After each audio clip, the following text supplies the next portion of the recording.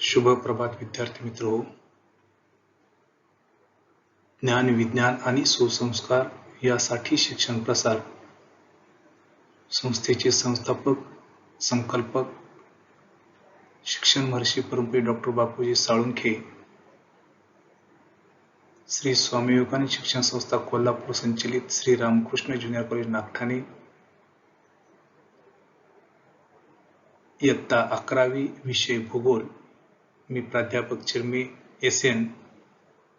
विद्यार्थी मित्रो, या पाठीमागच्या व्हिडिओमध्ये आपण प्रकरण क्रमांक 8 जीवसहती यामध्ये जे जीवसहतीचे वेगवेगळे प्रकार आहेत त्या प्रकाराबद्दल आपण चर्चा केलेली आहे. यामध्ये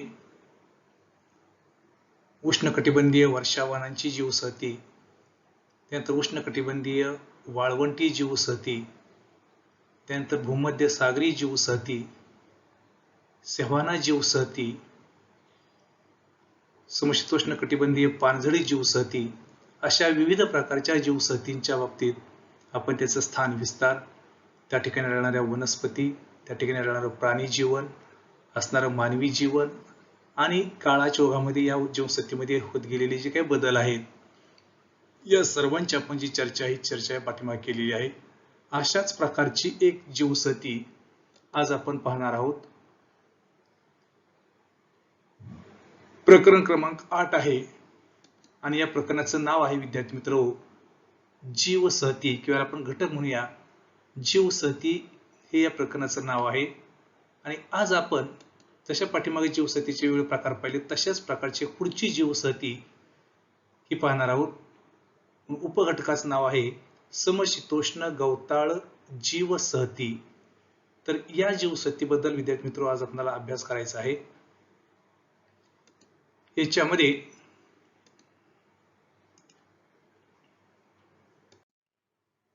सुरुवातीला आपल्याला पाहावं लागेल की या जीवसहतीचा जो या जगाच्या नकाशावरती जो स्थान विस्तार आहे किंवा जे वितरण आहे, हे वितरण कसं झालेलं आहे, अक्षवृत्तीय विस्तार किती आहे, कोणत्या गोलार्धामध्ये आहे, काय आहे, तर अशा सर्व स्थान विस्तार किंवा त्याचं वितरण आपल्याला चर्चा करायची आहे.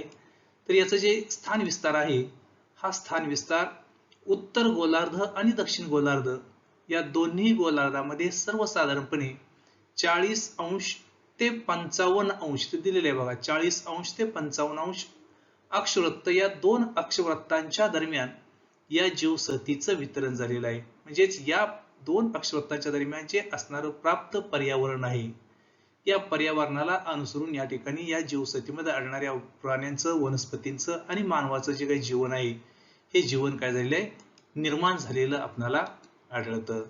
आता याच्यामध्ये कोणकोणते देश येतात, तर याच्यामध्ये या जीवसहतीमध्ये संयुक्त संस्थान, उत्तर अमेरिकेमध्ये आढळणारा जो संयुक्त संस्थान आहे, हा संयुक्त संस्थान या देशाचा समावेश होतो. त्याचबरोबर दक्षिण अमेरिकेमध्ये असणारा जो देश आहे, हा अर्जेंटिना देश आहे. त्यानंतर रशिया हा स्वतंत्र देश आहे. त्याबरोबरच आफ्रिका खंडामध्ये जो दक्षिण आफ्रिकेचा भाग आहे, या दक्षिण आफ्रिकेचा समावेश याच्यामध्ये होतो. आणि ऑस्ट्रेलिया खंड जे आहे, या ऑस्ट्रेलिया खंडाचा जो पूर्वेकडचा किनारपट्टीलगतचा भाग आहे, दक्षिण पूर्व भागामध्ये असणारा, तर त्या प्रदेशाचा समावेश याच्यामध्ये हा होत असतो. तर अशा पद्धतीनं या वेगवेगळ्या देशांच्या मध्ये या 40 ते 55 अंश अक्षवृत्ताच्या दरम्यान या 4-5 देशांच्या मध्ये या जीवसहतीचं जास्त वितरण आहे, हे वितरण झालेलं पाहायला आपल्याला मिळतं विद्यार्थी मित्र. आता हे जे वितरण आहे कुठं कुठं आहे, वरती मी सांगितलं तुम्हाला, हे संयुक्त संस्थान आहे, अर्जेंटिना आहे, रशिया आहे, दक्षिण आफ्रिका आहे, ऑस्ट्रेलिया आहे. परंतु प्रत्यक्ष नकाशावरती या जीवसहतीचं वितरण कुठं आणि कसं झालेलं आहे, याची थोडक्यामध्ये आपल्याला ओळख करून घ्यायची आहे.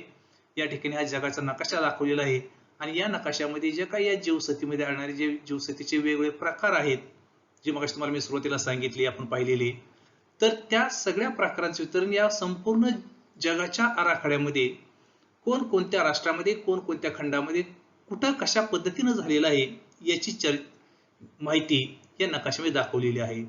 या ठिकाणी दाखवले बघा, समशीतोष्ण गवताळ जीवसहती 7व्या नंबरचा भाग दाखवलेला बघा. आपण जो पाहतोय तो आज आपण पाहतोय समशीतोष्ण गवताळ जीवसहती. तर समशीतोष्ण का तर या विषुववृत्ताच्या 0° अक्षवृत्ताच्या उत्तरेकडे 23.5° कर्क वृत्त दिलेले आहे बघा, आणि विषुववृत्ताच्या दक्षिण भागामध्ये जो असणारा भाग आहे 23.5°वरती तो मकर वृत्त. तर या दोन अक्षवृत्तांच्या दरम्यानचा जो भाग आहे याला उष्ण कटिबंध असं म्हटलं जातं. हवामानाचे जे या पृथ्वीच्या आकाशाचे पृथ्वीगोलाचे जे 3 कटिबंध केले आहेत तो 23.5 दोन्ही बाजूला गोलार्धामध्ये असणारा जो भाग आहे अक्षवृत्ता दरम्यानचा तो उष्ण कटिबंध म्हणून ओळखला जातो. त्यानंतर या 23.5° उत्तरेकडं आणि या 33° पासून दक्षिणेकडं 66.5° अक्षवृत्तापर्यंतचा जो काही भाग आहे किंवा अक्षवृत्ता दरम्यान येणारे काही राष्ट्र आहेत तर त्या सर्व राष्ट्रांचा त्या प्रदेशाचा जो समावेश आहे तो समावेश विद्यार्थी मित्रो समशीतोष्ण कटिबंधामध्ये होतो. म्हणजे या ठिकाणचं जे असणारं हवामान आहे हवामान फारसं उष्ण असत नाही आणि शीतही असत नाही, म्हणजे मध्यम स्वरूपाचा हवामान असणारा अशा प्रकारचा हवामानाचा पट्टा आहे. आणि जो शेवटचा पट्टा आहे हवामानाचा 66.5 ते ध्रुव, उत्तर ध्रुव आणि दक्षिण ध्रुव इथपर्यंतचा जो पट्टा आहे तर या प्रदेशामध्ये वर्षभर या ठिकाणी तापमान कमी असतं, म्हणून या प्रदेशाला किंवा या अक्षवृत्तीय पट्ट्याला शीत कटिबंध असं याला संबोधलं जातं. तर असे झाले कटिबंध आहे. तर या हवामानाला अनुसरून समशीतोष्ण गवताळ जीवसती जे आहे ही कोणत्या भागामध्ये आढळते तर यामध्ये इथं 7 नंबर दिले बघा, समशीतोष्ण गवताळ जीवसतीचं वितरण. पहिला भाग दिला बघा इथं संयुक्त संस्थान. हा जो भाग दिसतोय ना हा संयुक्त संस्थान आहे पूर्णपणे. हा एवढा भाग दिसतोय, तुम्ही जो कर्सर दिसतोय ना याच्या दरम्यानचा हा जो भाग आहे तो सगळा संयुक्त संस्थांचा आहे. या संयुक्त संस्थांच्या मध्य पूर्व भागामध्ये हा जो भाग दिसतोय हा रेषांचा, तिरप्या रेषांचा, तर हा जो भाग आहे तो कशाचा आहे तर या समशीतोष्ण गवताळ जीवसतीचा हा प्रदेश आहे. त्यानंतर दुसरा दिलाय बघा अर्जेंटिना. हा दक्षिण अमेरिकेचा भाग आहे. हा पूर्ण टोटल या दक्षिण अमेरिकेमध्ये हा वरचा जो आहे तो ब्राझीलचा भाग आहे आणि खालचा जो भाग आहे तो हा अर्जेंटिनाचा आहे. या अर्जेंटिनाच्या भागामध्ये मध्य अर्जेंटिना किनारपट्टीला लागून असा असणारा हा जो तिरप्या रेषेचा भाग दिसतोय हा काय अर्जेंटिनाचा भाग या जीवसतीचा असलेला आढळतो अर्जेंटिनामध्ये असणारा. तिसरा दिलेला आपण रशिया.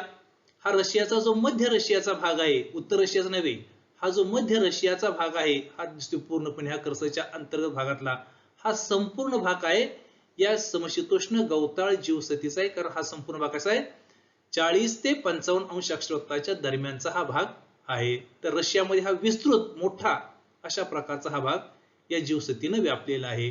त्यानंतर पुढचा भाग खंड आहे दक्षिण आफ्रिका.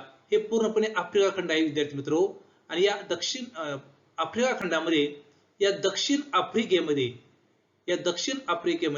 या ठिकाणी जे असणारं गवताळ प्रदेश आहे वेल्ड नावाचा, तर या ठिकाणी ही जीवसती आपल्याला पाहायला मिळते. अगदी छोट्याशा भागामध्ये ही जीवसती आढळते. आणि शेवटचा खंड आहे ते म्हणजे ऑस्ट्रेलिया. या ऑस्ट्रेलिया खंडाच्या, हे ऑस्ट्रेलिया खंड आहे सर्व, या ऑस्ट्रेलिया खंडाच्या पूर्वेकडचा भाग हा जो काही भाग दिसतोय पूर्वेकडे दिसतोय बघा या ठिकाणी बरोबर कर्सरच्या जागी आणि इथं थोडासा दिसतोय बघा. तर या ठिकाणी हा जो गवताळ प्रदेश आहे तो गवताळ प्रदेश पाहायला मिळतो.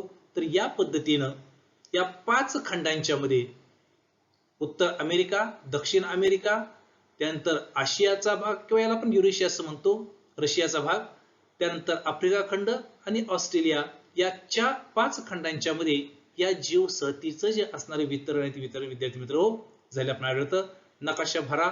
या भागामध्ये आपल्याला या जीवसतीची ही जीवसती युरोप खंडामध्ये कुठे आढळते, रशियामध्ये कुठे आढळते किंवा संयुक्त संस्थांमध्ये ही जीवसती आढळणारा प्रदेश दाखवा, दक्षिण अमेरिकेमध्ये ही जीवसती आढळणारा प्रदेश दाखवा किंवा आफ्रिकेमध्ये ही जीवसती आढळणारे प्रदेश दाखवा. अशा प्रकारे प्रश्न हा विचारला जाऊ शकतो. त्यामुळे हे भाग आपल्याला माहित असणं नितांत गरजेचं आहे विद्यार्थी मित्र.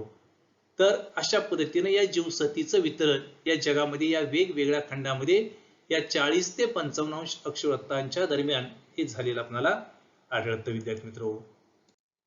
त्यानंतर पुढचा भाग आपल्याला पाहायचा आहे की या जीवसतीची जी वैशिष्ट्य आहेत ही वैशिष्ट्य काय आहेत.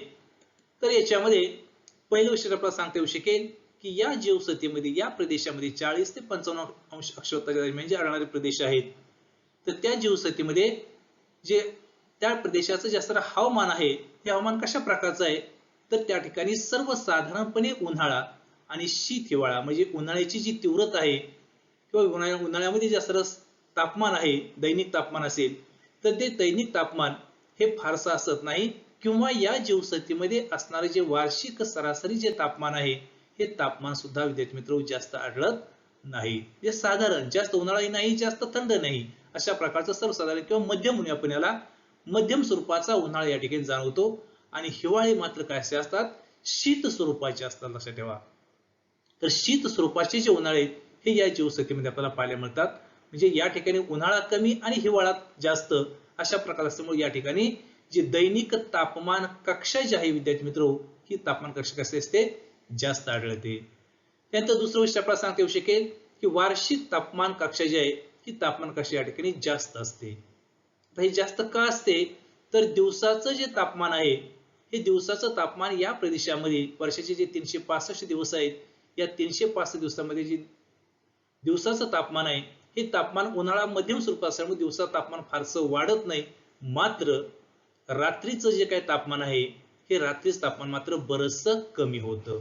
आणि ते कमी झाल्यामुळं दिवसाचं तापमान वजा रात्रीचं तापमान आणि या दोघांच्या मध्ये जो येणारा फरक आहे, तो फरक म्हणजेच तापमान कक्षा. आता उदाहरणार्थ घ्या, उदाहरणार्थ सर्वसाधारण तापमान म्हणायचं या ठिकाणी वार्षिक सरासरी तापमान कसे आहे, समजा 35 अंश आहे, आणि वार्षिक सरासरी जे किमान तापमान आहे, हे किमान तापमान किती आहे, समजा 22 आहे. म्हणजे या दोघांच्या मध्ये जो असणारा फरक आहे, हा फरक किती येतो, 8 चा फरक येतो. किंवा समजा 40 तापमान आहे आणि इकडं 25 आहे, दोघांच्या मध्ये जो येणारा फरक आहे तो किती येतो, 25 येतो. म्हणजे या पद्धतीनं दिवसभरामध्ये असणारं जे काही कमाल तापमान आहे, सूर्योदयापासून ते सूर्यास्तापर्यंत जे काही तापमान आहे, हे तापमान आणि सूर्यास्तापासून दुसऱ्या दिवशी सूर्योदय होईपर्यंत जे काही किमान तापमान आहे, म्हणजे दिवसाचं आणि रात्रीचं, तर या दोघांच्या मधला जो फरक आहे, तो फरक म्हणजे तापमान कक्षा होय.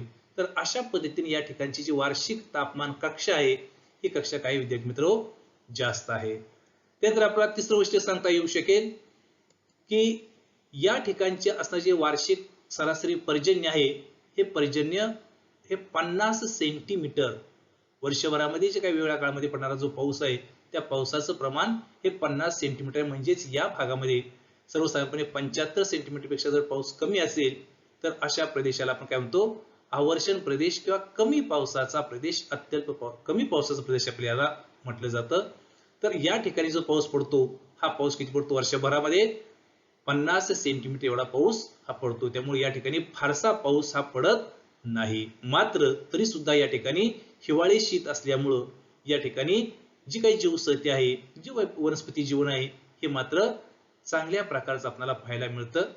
त्यानंतर पुढचं गोष्ट आपल्याला सांगता येऊ शकेल की या प्रदेशामध्ये जी असणारी मृदा आहे, ही मृदा अत्यंत सुपीक मृदा आहे, की ज्या मृदेमध्ये सेंद्रिय घटकांचं जे प्रमाण आहे, नायट्रोजन असेल, पोटॅशियम असेल, कॅल्शियम असेल, फॉस्फरस असेल, हे जे काही NPK हे जे काही सेंद्रिय घटक आहेत, तर या सेंद्रिय घटकांचं म्हणजे वनस्पतींच्या वाढीसाठी, मृदेची उत्पादकता चांगल्या प्रतीची निर्माण होण्यासाठी जे लागणारे घटक आहेत, सेंद्रिय घटक, तर त्या सेंद्रिय घटकांचं प्रमाण या मृदेमध्ये अधिक असल्यामुळं कमी पर्जन्यावरती सुद्धा या मृदेतून येणारी जी काही उत्पादनं चांगल्या प्रकारे येण्यासाठी मदत ही होऊ शकते.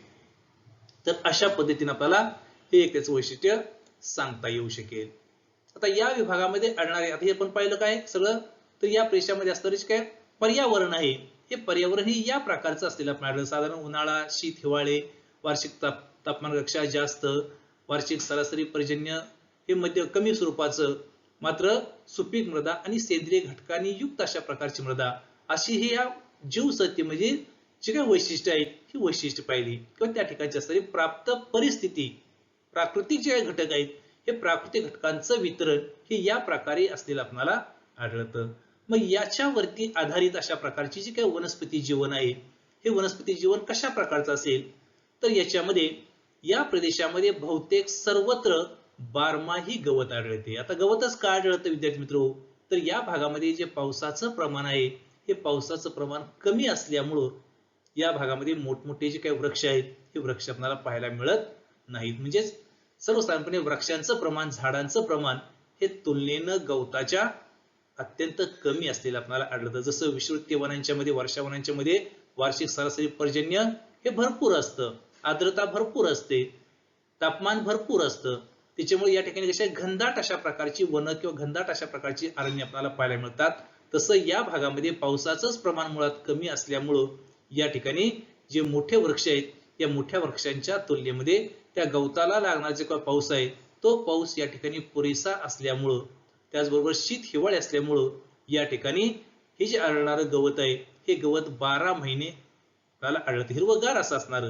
जसं आपल्याकडं मान्सून काळामध्ये पाऊस पडतो त्यानंतर गवताची निर्मिती होते आणि 4-2 महिन्यामध्ये परत ते गवत वाळून जातं, पुन्हा डोंगर उघडे पडतात, उजाड पडतात.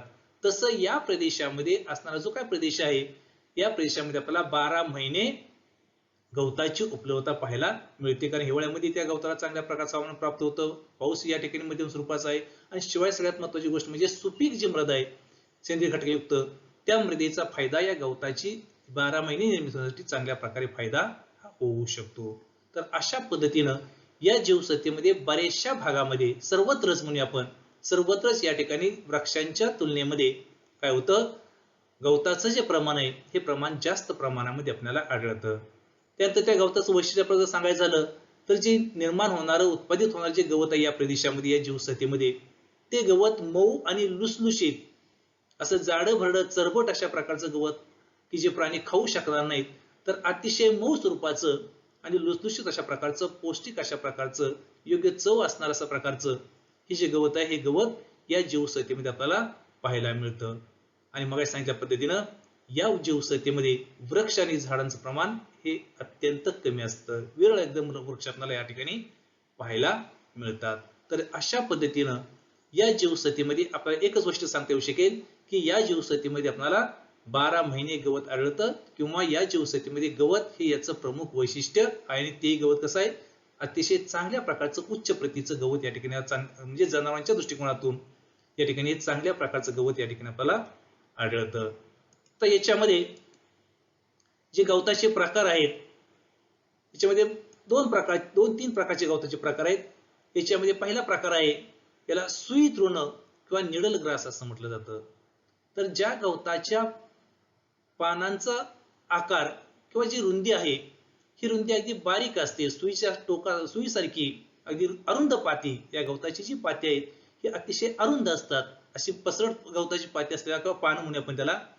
तर ती पानं नसतात, सुईच्या प्रमाणे अगदी अरुंद अशा स्वरूपाची लांबच्या लांब अशा प्रकारची गवताची पाती किंवा पानं असे आढळतात. याला सुई तृण असेला संबोधलं जातं. तुम्हाला चित्रामध्ये दाखवतोच पुन्हा. त्यानंतर दुसरा प्रकार जो आहे हा नीलग्राम तृण. म्हणजे सर्वसाधारणपणे आपण गवत म्हटलं की सर्वसाधारणपणे गवताचा जो रंग आहे तो रंग हिरवा असतो, काहीचा तांबूस असतो, परंतु या ठिकाणी आढळणारे काही गवत आहे काही प्रदेशामध्ये ते गवत मात्र निळ्या रंगाचं, त्याला ब्ल्यू ग्रास म्हटलेलं आहे बघा. ब्ल्यू म्हणजे निळा, नील म्हणजे निळा. तर निळ्या रंगाचं जे काही गवत आहे हे गवत या जीवसत्तेमध्ये काही प्रदेशामध्ये हे आपल्याला पाहायला मिळतं. आणि जो तिसरा प्रकार आहे तो म्हणजे महिष तृण याला बफेलो ग्रास. तर या गवताचा जो रंग आहे हा रंग हिरवा आणि त्याच्या गवताच्या पात्याची बाजूची भाग आहे तो साधारणपणे तांबूस रंगाचा असतो. मात्र या गवताची जी उंची आहे ही उंची असत नाही, जमिनीला लागून अशा प्रकारचं कमी उंचीचं हे काय असतं गवत, कमी उंचीचं गवत हे आपल्याला पाहायला मिळतं.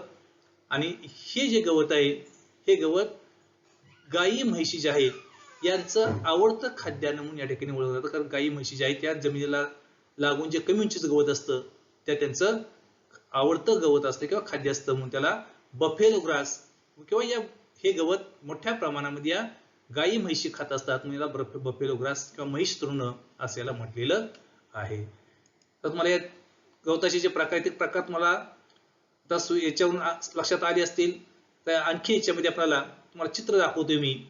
मग अशी मी म्हटलं होतं की सुई तृण किंवा निडल ग्रास हे जे गवताचं पात दिसते बघा लांबच्या लांब, त्याचं लांबी जास्त आहे, मात्र या गवताच्या पात्याची जी रुंदी आहे ही रुंदी मात्र कशी आहे अत्यंत कमी आहे. लक्षात घ्या. म्हणजे सुई सारखी लांबट जी सुई आहे या लांबट सुई सारखं या गवताच्या पात्याचा आकार हा असतो. हिरवगार अशा प्रकारचे गवत आपल्याला आढळतं म्हणून याला सुई तृण किंवा निडल ग्रास असेला संबोधलं जातं. दुसरा प्रकार आहे विद्यार्थी मित्रो नीलग्राम किंवा ब्ल्यू ग्रास. या गवताचा जो रंग आहे हा रंगच निळ्या रंगाचा असतो म्हणून याला नीलग्राम तृण किंवा यालाच ब्ल्यू ग्रास असं याला संबोधलं जातं. याची उंची मात्र कशी असते, कमी असते आणि त्याच्या पात्याची लांबी जी आहे ही लांबी थोडीशी जास्त असलेली आपल्याला आढळते. आणि जो शेवटचा प्रकार आहे तो म्हणजे महिष तृण किंवा यालाच बफेलो ग्रास म्हटलं तर या गवताची उंची पहा, या दोन गवताच्या उंचीच्या तुलनेमध्ये हे गवत पूर्ण जमिनीला लागून असं अगदी कमी उंचीचं हे आपल्याला 1-2-3 इंच फार फार तर 4 इंच असं एवढं गवत आपल्याला आढळतं. ते जमिनीला लागून असं असणार हे गवत आहे पहा. आणि हे जे गवत आहे ते गवत मग सांगितल्या पद्धतीनं ज्या गायी म्हशी आहेत त्या गायी म्हशींचं हे आवडतं गवत म्हणून त्याला किंवा खाद्यान्न म्हणून त्यांना ओळखलं जातं आणि त्याच्यावरूनच त्याला हे नाव दिलेलं असावं. तर याला महिष तृण किंवा याला बफेलो ग्रास असं म्हटलं जातं. तर अशा प्रकारे या 3 प्रकारचे जे काही गवताचे प्रकार आहेत हे आपल्याला या जीवसत्तीमध्ये आढळतात आणि याच्यावरती त्या ठिकाणचं प्राणी जीवन हे अवलंबून आढळतं. आता मगाशी म्हटल्याप्रमाणे आपण वरती सांगितलेच आहे की या भागामध्ये जे आढळणारे वृक्ष आहेत तिथं पाहिले बघा आपण वृक्ष व झाडांचं जे प्रमाण आहे ते प्रमाण काय असतं आपल्याला या जीवसत्तीमध्ये कमी असतं. म्हणजे प्रमाण जास्त कशाचं आहे या ठिकाणी, तर गवताचं प्रमाण जास्त आहे म्हणून त्याला आपण गवताळ जीवसत्ती म्हणतोय. पण तरी सुद्धा जे काही वृक्ष या जीवसत्तीमध्ये आढळतात तर त्या वृक्षांच्या मध्ये काही ठराविक असे प्रकारचेच वृक्ष आपल्याला या ठिकाणी पाहायला मिळतात. यामध्ये पहिला वृक्ष आहे विद्यार्थी मित्र विलो, एल्डर आणि पोपलर. हे 3 प्रकारचे वृक्ष आपल्याला या ठिकाणी या जीवसत्तीमध्ये आढळतात. आता हा जो विलो वृक्ष जो आहे हा विलो वृक्ष नदीच्या किनारपट्टीलगतच्या भागामध्ये नदी किनाऱ्यावरती, कारण नदीला जो काही पाण्याचा साठा असतो त्या पाण्यामुळं या वृक्षाची वाढ या ठिकाणी होऊ शकते आणि त्यामुळं कारण वृक्षाला जे लागणारं पाणी जास्त लागतं. नदी किनारपट्टीच्या भागामध्ये जे पाणी आहे ते पाण्याचं प्रमाण हे थोडंसं इतर भागापेक्षा नेहमीच अधिक असतं. त्यामुळे नदीच्या किनारपट्टीलगतच्या भागामध्ये हा वृक्ष विलो जो वृक्ष आहे हा आपल्याला काय होतो या भागावर जीवसत्तीमध्ये पाहायला मिळतो. गवताळ भागामध्ये आपल्याला हा अशा प्रकारचे वृक्ष पाहायला मिळत नाहीत. फक्त नदी किनारपट्टीलगतच्या भागामध्ये आपल्याला वृक्ष आढळतात, हा वृक्ष आढळतो. त्यानंतर दुसरा जो वृक्ष आहे एल्डर. आता या वृक्षाची जर आपण उंची पाहिली तर अगदी कमी जाणवते, आपल्याला छोटी दिसते. याचा रुंद विस्तार थोडासा मध्यम स्वरूपाचा आहे, परंतु बाकीच्या वनांच्या तुलनेमध्ये आढळणारे जे वृक्ष आहेत या वृक्षांच्या तुलनेमध्ये या वृक्षांचा जो विस्तार आहे तो विस्तार सुद्धा कमी आहे आणि या वृक्षाची उंची सुद्धा कमी आहे. आणि हा जो वृक्ष आहे हा या गवताळ भागामध्ये कुठंतरी नगण्य स्वरूपामध्ये, विरळ स्वरूपामध्ये आपल्याला हा पाहायला मिळतो. इथं बाजू दिसते, गवत दिसते बाजूला, इकडचा भाग गवताळ भाग दिसतोय आणि इथे एवढा एकच वृक्ष दिसतोय. म्हणजे नगण्य स्वरूपामध्ये, कमी स्वरूपामध्येच फक्त आपला वृक्ष या जीवसत्तीमध्ये पाहायला मिळतात. तिसरा वृक्ष आहे तो म्हणजे पोपलर. आता हे जे पोपलर प्रकारचे जे वृक्ष आहेत तर या प्रकारच्या वृक्षाची शेती ही केली जाते नदी किनारपट्टीलगतच्या भागामध्ये. या ठिकाणी पाण्याचा वापर करून या सुपीक जमिनीमध्ये या पोपलर प्रकारच्या वृक्षाची शेती करून यापासून आर्थिक उत्पन्नाचा जो वाटा आहे तो वाटा मिळत जातो. हा या ठिकाणी बघा दिसते का एका रेषेमध्ये सगळे वृक्ष लावलेले आहेत. तर अशा प्रकारे या पोपलर प्रकारच्या वृक्षाची शेती करून उत्पन्नाचा वाटा हा काय करतो, मिळवला जातो. तर अशा पद्धतीने या जीवसत्तीमध्ये जे वनस्पती आणि गवताचे जे प्रकार आहेत ते प्रकार आपल्याला पाहायला मिळतात. तर याच वनस्पती जीवनावरती आधारित अशा पद्धतीनं या जीवसत्तीमध्ये आपल्याला प्राणी जीवन आढळतं. तर प्राण्यांचं जे चारा आहे तो चारा काय होतो गवताळ भागामध्येच आपल्याला जास्त आढळतो. मग या गवताला अनुसरून या ठिकाणचं जास्त प्राणी जीवन आहे हे कशा प्रकारचं असू शकेल, तर प्राण्यांच्या दृष्टिकोनातून ही जी काही जीवसत्ती आहे ही एक चांगली जीवसत्ती म्हणून ओळखली जाते आणि त्याच्यामुळं या प्रदेशामध्ये अनेक जातीचे छोटे मोठे जे काही मध्यम स्वरूपाचे जे प्राणी आहेत, प्राणी गवतावरती जगणारे जे प्राणी आहेत हे प्राणी आपल्याला अधिक प्रमाणामध्ये आढळतात. याच्यामध्ये जे 2 प्रकार आहेत प्राण्यांचे, त्यामध्ये पहिला जो प्रकार आहे तो म्हणजे तृणभक्षक प्राणी. त्याचे तृण म्हणजे काय, तर गवत. म्हणजे जे प्राणी गवत खाऊन आपली उपजीविका भागवतात त्या प्राण्यांचा समावेश काय होतो या तृणभक्षक, भक्ष म्हणजे अन्न, त्या प्राणी समावेश या तृणभक्षक प्राण्यांमध्ये होतो. मग या गवताळ जीवसत्तीमध्ये जे आढळणारे प्राणी आहेत त्याच्यामध्ये झेब्रा, गेंडा, घोडा, गवा, हरिण, ससा आणि काळवीट. तर हे सगळे जे प्राणी आहेत हे सगळे प्राणी काय होतात, जे गवत आहे हे गवत खाऊन आपली उपजीविका काय करतात, हे भागवत असतात, म्हणून यांना तृणभक्षक प्राणी असं म्हटलं जातं. त्यानंतर दुसरा प्रकार आहे प्राण्यांचा तो म्हणजे मांसभक्षक प्राणी. जे प्राणी फक्त मांस खाऊनच आपली उपजीविका भागवत असतात किंवा मांस हे त्यांचं प्रमुख खाद्य नसतं, अशा प्राण्यांचा समावेश काय होतो या मांसभक्षक प्राण्यांमध्ये केला जातो. आता या जीवसत्तेमध्ये जे तृणभक्षक प्राणी आहेत हे मुबलक प्रमाणामध्ये असल्यामुळं जे मांसभक्षक प्राणी आहेत त्यांचं सुद्धा वास्तव्य या जीवसत्तेमध्ये आपल्याला अधिक प्रमाणामध्ये पाहायला मिळतं. मग याच्यामध्ये कोणकोणते प्राणी आढळतात? तर यामध्ये सिंह, त्यानंतर लांडगा, त्यानंतर कोल्हा, त्यानंतर वाघ आणि त्यानंतर चित्ता. हे सगळेच्या सगळे प्राणी आहेत हे मांसभक्षक आहेत. हे प्राणी कधीही गवत खात नाहीत, केवळ आणि केवळ मांसावरतीच आपली उपजीविका भागवत असतात, म्हणजे यांना मांसभक्षक प्राणी असे यांना संबोधलं जातं. तर अशा प्रकारचे जे काही मांसभक्षक प्राणी आहेत हे प्राणी या जीवसत्तेमध्ये आपल्याला पाहायला मिळतात. त्यानंतर काही जीवसत्तेमध्ये या ठिकाणी जे आपण मगाशी पाहिलं की आफ्रिका खंडातील दक्षिण आफ्रिकेमध्ये जो व्हेलचा गवताळ प्रदेश आहे या गवताळ प्रदेशामध्ये शहामृग सारखा जो पक्षी आहे किंवा जो प्राणी आहे हा मोठ्या प्रमाणामध्ये आपल्याला पाहायला मिळतो. रिकाम्या जागा भरा, याच्यामध्ये हा भाग विचारला जाऊ शकतो की आफ्रिकेमध्ये टिंबटिंबा पक्षी हा प्रामुख्याने जास्त प्रमाणामध्ये आढळतो. तर शहामृग हा जो पक्षी आहे तो पक्षी या आफ्रिका खंडातील व्हेलच्या गवताळ प्रदेशामध्ये आपल्याला अधिक प्रमाणामध्ये पाहायला मिळतो. तसंच या ऑस्ट्रेलियामध्ये जो डाऊन्सचा गवताळ प्रदेश आहे, तुम्हाला मी दाखवतोच, ऑस्ट्रेलियामध्ये जो डाऊन्सचा गवताळ प्रदेश आहे तर त्या डाऊन्सच्या गवताळ प्रदेशामध्ये विद्यार्थी मित्र कांगारू आणि डिंगो किंवा याला जंगली कुत्रा, तर हे जे दोन प्राणी आहेत हे दोन प्राणी आपल्याला अधिक प्रमाणात आढळतात. पैकी कांगारू जो हा प्राणी आहे हा कांगारू आफ्रिकेतला अतिशय महत्वाचा असा प्रकारचा प्राणी आपल्याला आढळतो. मला माहित असेल की क्रिकेटची ऑस्ट्रेलियाची टीम असते त्या टीमला कांगारू टीम असं म्हटलं जातं आणि त्याचं जे ब्रीद चिन्ह आहे ते सुद्धा कसं आहे कांगारू सारखंच आहे.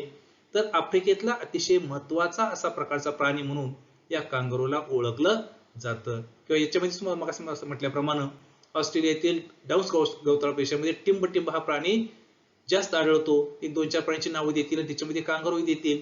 तर कांगारू हा या ऑस्ट्रेलियातला अतिशय महत्वाचा प्राणी म्हणून या गवताळ जीवसत्तेतला ओळखला जातो. तर अशा पद्धतीनं या जीवसत्तेमध्ये गवतावर आधारित अशा पद्धतीनं या सगळ्या प्रकारच्या तृणभक्षक, मांसभक्षक आणि पशुपक्षी या जीवसत्तेचं अस्तित्व आपल्याला आढळतं. हे सगळे प्राणी आपल्या गुण्यागोविंदानं आनंदानं काय करतात या जीवसत्तेमध्ये वास्तव्य करून राहतात आणि जीवन जगत असतात. तर याच्यामध्ये हा जो शहामृग आहे हे तुम्हाला माहित असेल, ज्यांनी बघितलं त्यांना याच्यावर आपल्याला कल्पना येईल. तर ह्या शहामृगाचं जे काही चित्र आहे हा प्राणी हा कुठे आढळतो तर दक्षिण आफ्रिकेतील व्हेलच्या गवताळ प्रदेशामध्येच हा प्राणी या गवताळ भागातील जे काही कृमी असतील, कीटक असतील, छोटे मोठे प्राणी असतील यांच्यावरती आधारित अशा पद्धतीने हा काय करतो आपली उपजीविका या गवताळ प्रदेशामध्ये भागवतो. दुसरा प्राणी आहे कांगारू. हा जो कांगारू प्राणी आहे ते ऑस्ट्रेलियातल्या गवताळ कुरणांच्या मध्ये म्हणजे जे डाऊनचा गवताळ प्रदेश आहे त्या ठिकाणी हा प्राणी आपल्याला अधिक प्रमाणामध्ये पाहायला मिळतो. तर अशा प्रकारचं जे प्राणी जीवन आहे हे समृद्ध अशा प्रकारचं भरपूर प्रमाणामध्ये अशा प्रकारचं मोठी जीवसत्ती प्राण्यांसाठी म्हणून ही जीवसत्ती ओळखली जाते. तर आपण पाहिलं की वनस्पती जीवन पाहिलं, प्राणी जीवन पाहिलं. आता मानवी जीवन जे आहे हे मानवी जीवन या ठिकाणचं कशा प्रकारचं असू शकेल तर आपण थोडक्यामध्ये सांगता येऊ शकेल की या ठिकाणी जे असणारं प्राप्त पर्यावरण आहे हे मानवी जीवनासाठी, प्राणी जीवनासाठी जसं अनुकूल आहे तसंच मानवी जीवनाच्या विकासासाठी, मानवी लोकांच्या गरजा भागण्यासाठी या ठिकाणचे जीवन सुद्धा सुखकर आहे. त्रासमय अशा प्रकारचं जीवन नाही, कारण या भागामध्ये चांगल्या प्रकारचं हवामान उपलब्ध असल्यामुळं या ठिकाणी जी काही केली जाणारी शेती आहे आणि जो काही केला जाणारा पशुपालनाचा व्यवसाय आहे हा व्यवसाय आधुनिक पद्धतीने केला जातो. कारण ही सगळीच्या सगळी राष्ट्र कसे आहेत प्रगत राष्ट्र आहेत किंवा विकास पावलेले राष्ट्र आहेत. बऱ्यापैकी यांची आर्थिक परिस्थिती ही चांगल्या प्रकारच्या लोकसंख्येचं प्रमाण कमी आहे, भांडवल मुबलक प्रमाणामध्ये उपलब्ध आहे. त्यामुळे या ठिकाणची जी असलेली शेती आहे ही शेती बहुतांशी आधुनिक पद्धतीनं केली जाते आणि जे पशुपालन आहे ते सुद्धा काय केलं जातं आधुनिक पद्धतीनेच केलं जातं. तर अशा प्रकारचं सुखकर अशा प्रकारचं मानवी जीवन या भागामध्ये असलेलं आपल्याला आढळतं. आता या भागामध्ये जी केली जाणारी शेती आहे ही शेती विस्तृत व्यापारी धान्य शेती जे शेतीचा प्रकार आहे तो या विभागामध्ये केला जातो. का तर या ठिकाणी एक तर लोकसंख्या कमी आहे, शेतीचं क्षेत्र मोठं आहे आणि भांडवल व तंत्रज्ञानाचा विकास झाला असल्यामुळे, भांडवल अधिक आणि तंत्रज्ञानाचा विकास झाला असल्यामुळे या ठिकाणी ही सगळीच्या सगळी शेती लागवड केली आणण्यासाठी जास्तीत जास्त प्रमाणामध्ये आधुनिक तंत्रज्ञानाचा वापर केला जातो आणि भरपूर प्रमाणात उत्पन्नाचा वाटा मिळवला जातो. जरी या शेतीतून एकूण उत्पादन आहे हे जरी उत्पादन कमी मिळत असलं तरी या ठिकाणचं असणारं दरडोई उत्पन्न मात्र हे अधिक प्रमाणामध्ये आहे, कारण लोकसंख्या कमी उत्पन्न जास्त. तर या शेतीमधून गहू आणि मका या दोन पिकांचं उत्पादन मोठ्या प्रमाणामध्ये घेतलं जातं.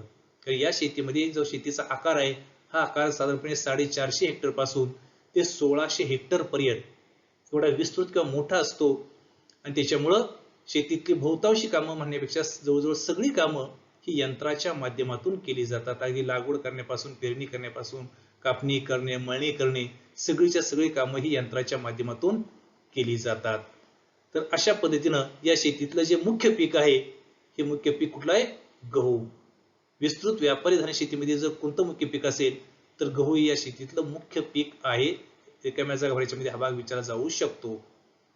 तर या ठिकाणी शेतीतून गहू आणि मका ही दोन उत्पादनं भरपूर प्रमाणामध्ये घेतली जातात. या जीवसत्तेमध्ये जे आणणारे देश आहेत हे सगळे देश काय आहेत?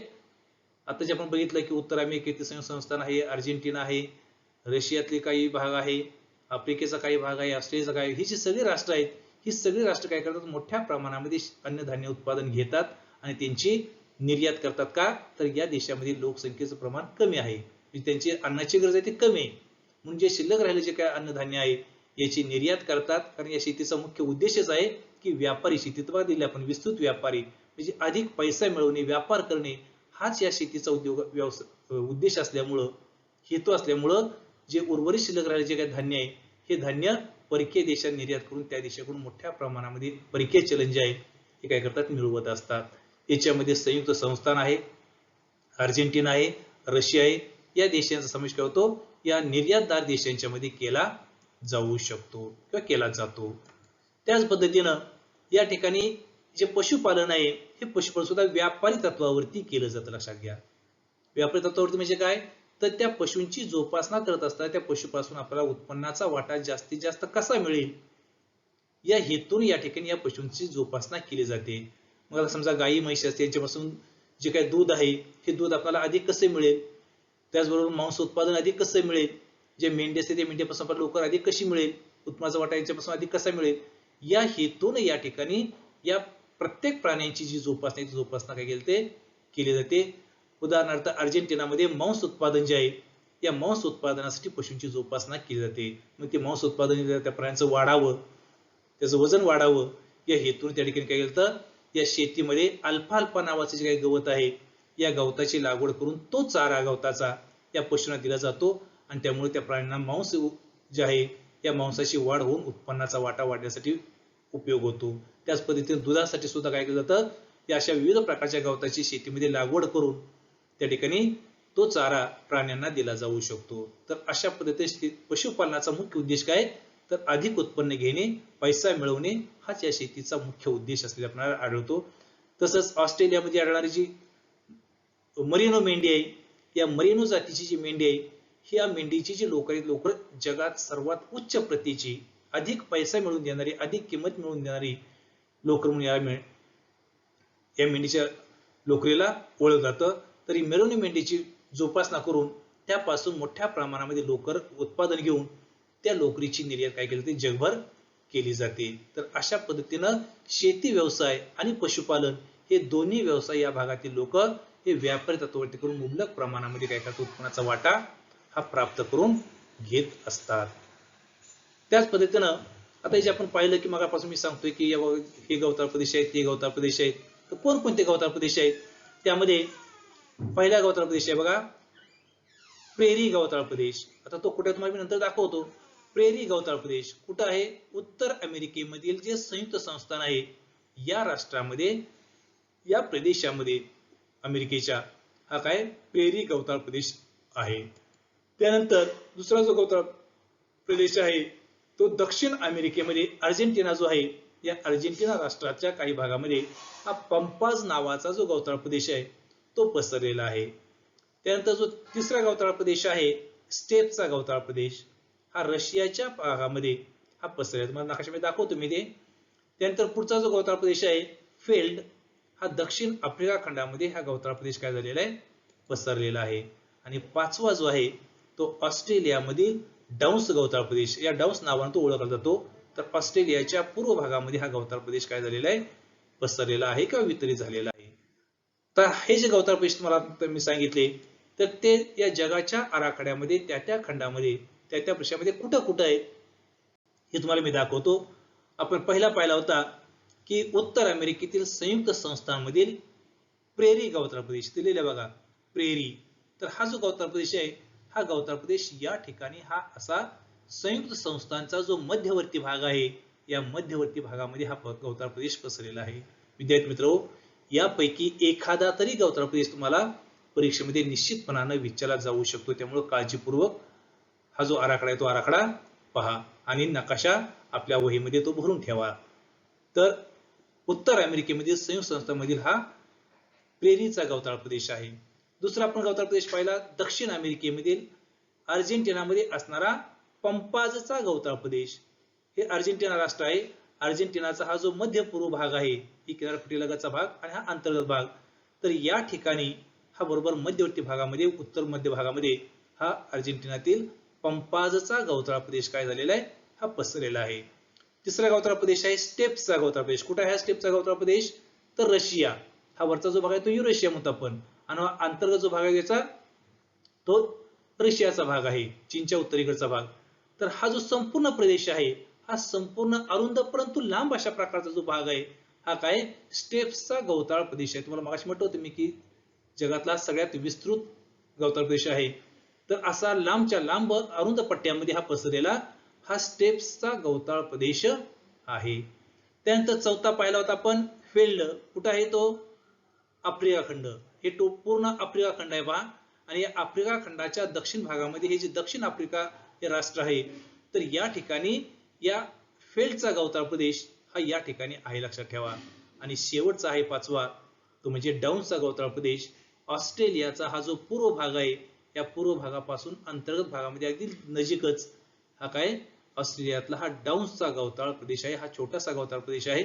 तर अशा पद्धतीनं हे 5 गवताळ प्रदेशापैकी एखादा तरी गवताळ प्रदेश आपल्याला नकाशा भरा, आराखडा भरा, जगाचा नकाशा आराखडा भरा याच्यामध्ये हा विचारला जाऊ शकतो. तर अशा पद्धतीने 5 गवताळ प्रदेश असलेले आपल्याला आढळतात. त्यानंतर या प्रदेशामधील जी सद्यस्थिती आहे ही काय आहे, तर या ठिकाणी व्यापारी शेतीचं जे प्रमाण ते प्रमाण वाढत आहे, कारण का तर उत्पन्नाचा वाटा या ठिकाणी अधिक मिळतो. मग सांगितल्या पद्धतीने शेतीमध्ये गवताची लागवड करून त्याला गवताचा चारा प्राण्यांना दिला जातो आणि त्या प्राण्यांपासून भरपूर उत्पादन, दूध असेल, मांस असेल, चामडे असेल, कातडे असेल, लोकर असेल, अशी उत्पादन घेतली जातात. म्हणजे शेतीचं या प्रदेशामध्ये जे शेतीचं प्रमाण आहे हे दिवसेंदिवस विस्तृत शेतीचं हे वाढतच चाललेलं आपल्याला आढळतं. त्याचबरोबर या प्राण्यांच्या पासून मिळणारी जी उत्पादन आहेत, या उत्पादनावरती आधारित अशा पद्धतीने जे वेगवेगळे व्यवसाय आहेत, दुधावरती प्रक्रिया करणारे, मांस हवाबंद डब्यामध्ये भरणं, त्यानंतर कातडी चामडी कमावणं, त्यापासून विविध प्रकारच्या वस्तूंची निर्मिती करणं, लोकरीपासून लोकरीच्या वस्तू बनवणं, असे जे काही अनेक प्रकारचे जे उद्योग आहेत, हे उद्योग या भागामध्ये या प्राणीज उत्पादनांचा उपलब्धता अधिक असल्यामुळं या भागामध्ये उद्योगांचा विकास हा दिवसेंदिवस वाढत चाललेला आहे. त्याचबरोबर जनावरांची जी वाढती चराई आहे, ही चराई दिवसेंदिवस वाढत चाललेली आहे. गवताळ कुणाचं जे प्रमाण दिवसेंदिवस कमी होत चाललंय का, तर चराई वाढत चाललेली आहे, उद्योगधंद्याचं प्रमाण वाढत चाललेलं आहे, शेतीचं प्रमाण वाढत चाललंय आणि त्याच्यामुळे जो काही गवताळ भाग आहे तो गवताळ भाग दिवसेंदिवस कमी होत चाललेला आपल्याला आढळतो. तर अशा या विविध प्रकारच्या कारणांच्यामुळे दिवसेंदिवस या गवताळ जीवसत्तीचं जे प्रमाण आहे हे प्रमाण कमी होत जाऊन या जीवसत्तीमध्ये आढळणारे प्राणी असतील, वनस्पती असतील, यांचं अस्तित्व जे आहे हे अस्तित्व नष्ट होत चाललेलं आपल्याला पाहायला मिळतं. जर अशाच पद्धतीने ही चराई चालू राहिली, उद्योगांचा विकास वाढत राहिला, विस्तृत शेतीचं जे प्रमाण ते प्रमाण वाढत राहिलं, तर भविष्य काळामध्ये आपल्याला ही जीवसत्ती ही नष्ट होण्याची दाट शक्यता आहे असं आपल्याला सांगता येऊ शकेल. तर अशा पद्धतीनं या जीवसत्तीमध्ये असणारी काय सद्यस्थिती ही पाहायला मिळते. यासाठी जीवसत्ती जर वाचवायची असेल तर त्या ठिकाणी विविध प्रकारचे प्रयत्न करणे नितांत गरजेचा आहे. धन्यवाद विद्यार्थी मित्रो. काही शंका असतील तर आपण चर्चेनंतर करूया. ओके.